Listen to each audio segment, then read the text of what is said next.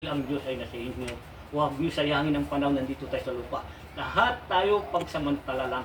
Ang Diyos lang ang nakakalam kung kailan tayo lilitisin niya, kailan tayo kukunin niya. Wala tayong karapatan, tumanggi, at dahil ang katawan natin, hiram lang, binigay lang Diyos sa atin. Yung sabi nila, yung pumasok sa akin pang sigas siya, sabi ko, hindi mo hawak ang buhay mo. Ang pagsasalita mo yan, hindi mo ako pinagsasabihan dahil may Diyos ako. Ang Diyos ang maging kalaban mo, hindi ako. Ang lahat ang naglilingkod sa Diyos. Diyos ang gaganti sa lahat. Nakasulat yan sa Biblia. Huwag mo galawin ang aking apostolis at naglilingkod sa akin dahil di mo alam ang katawan yan, akin yan. Kaya ko yung bawin. Pusong lahat sa atin ay sa Kanya tayo matalit. Sa pangalan ni Jesus, dakilang Ama, ang tagaligtas natin lahat. Amen. Dahil ang lahat ng mga sinasabi ko, nakasulat din sa Biblia. Hanapin sa Biblia at nadoon lahat. Sa akin, bawat salita ko ay galing sa kanila, pinasok sa akin at pinaliwanag ko sa inyo. Ang sabi ng Ama, idaan ko, ibulong ko sa iyo at ipaliwanag mo sa kanila. Bahala sila kung mali o tama. Tanuin mo sila. Kung mali, pwede silang sumagot. Ngayon, pag pwede kayo sumagot, tanungin ko rin sa kanya, Ama, mali daw ang iyong sinabi. Ngayon, i-question din sa iyo, ano bang kamalian doon? Ano bang sinabi ng Diyos? Kabutihan ba? Kasamahan. May mali pa doon? Wala.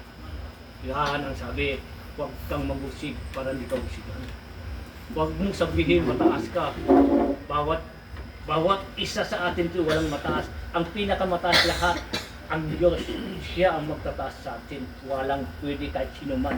Tinaas ka ng tao, ang tunay na magtataas sa iyo mamaya ang Diyos. Sabi na Ama, basta importante, magkaisa kayo, magmahalang kayo. Kahit anong religion niyo, dito sa akin ay freedom. Daya sa lahat. Magkakaisa tayo lahat.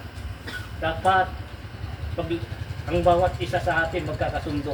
Tandaan ninyo, walang bagay na kagustuhan ng Diyos kung hindi tayo marunong magsundo. Ang Diyos natin, ang sarili natin. Hanggang kailanman hindi tayo uunlad dahil lahat yung problema dala-dala ninyo.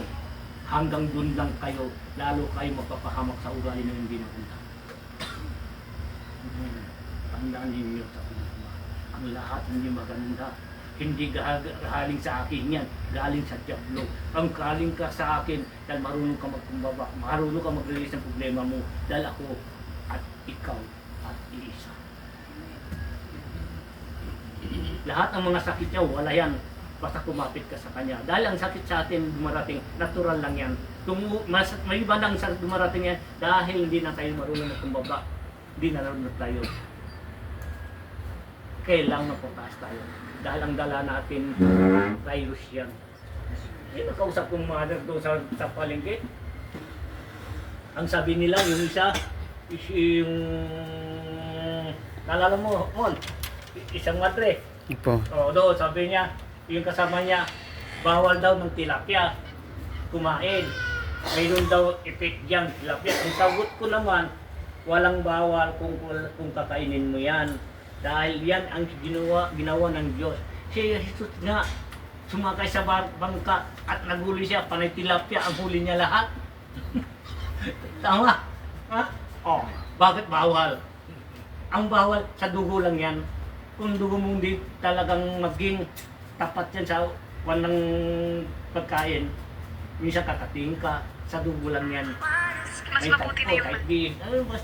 Kahit sa gamot na yan, sabihin ko, hindi lahat ang gamot, iisa, ang sakit niyo, iisa ang gamot, iba-iba, dahil sa dugo rin, ang inaano yan, ipapantayan.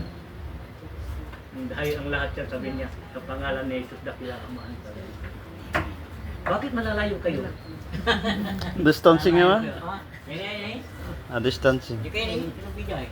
Ganyan, ararawin kayo. Yan kayo aliwan sa kakaba. Oo.